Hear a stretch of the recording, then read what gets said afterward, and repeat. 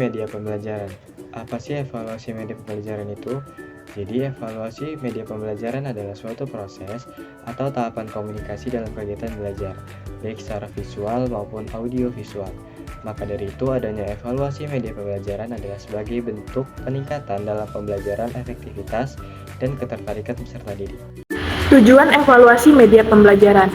Tujuan evaluasi media pembelajaran adalah untuk memilih media pembelajaran yang akan dipergunakan di kelas, untuk melihat prosedur penggunaan media, untuk memeriksa apakah tujuan penggunaan media tersebut telah tercapai, menilai kemampuan guru menggunakan media, memberikan informasi untuk kepentingan administrasi, dan untuk memperbaiki media itu sendiri.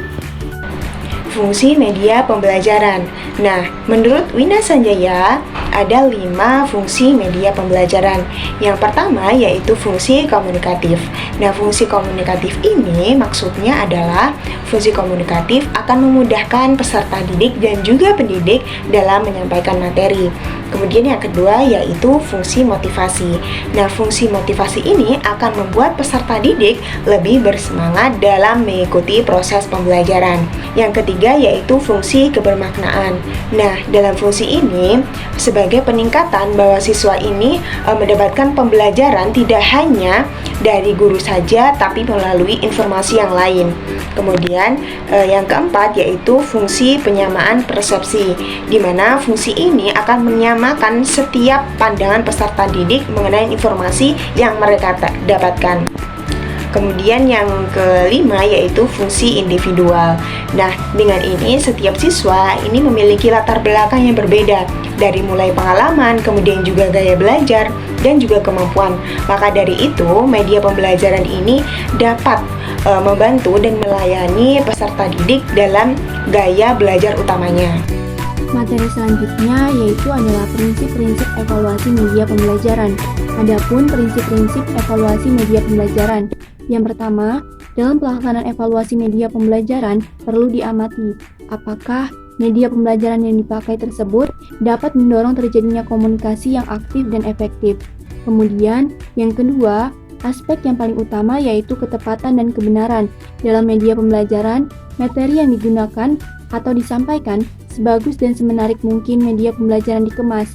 Tetapi, jika ada kesalahan pada aspek materi, maka media pembelajaran tersebut belum bisa digunakan dan tentunya harus diperbaiki atau bahkan tidak boleh untuk digunakan.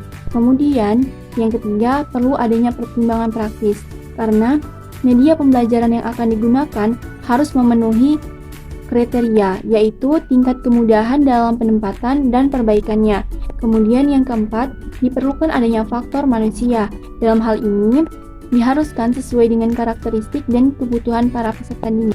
Prosedur evaluasi media pembelajaran menurut Muhammad Ali tahun 2000, prosedur adalah tata cara kerja atau cara menjalankan suatu pekerjaan.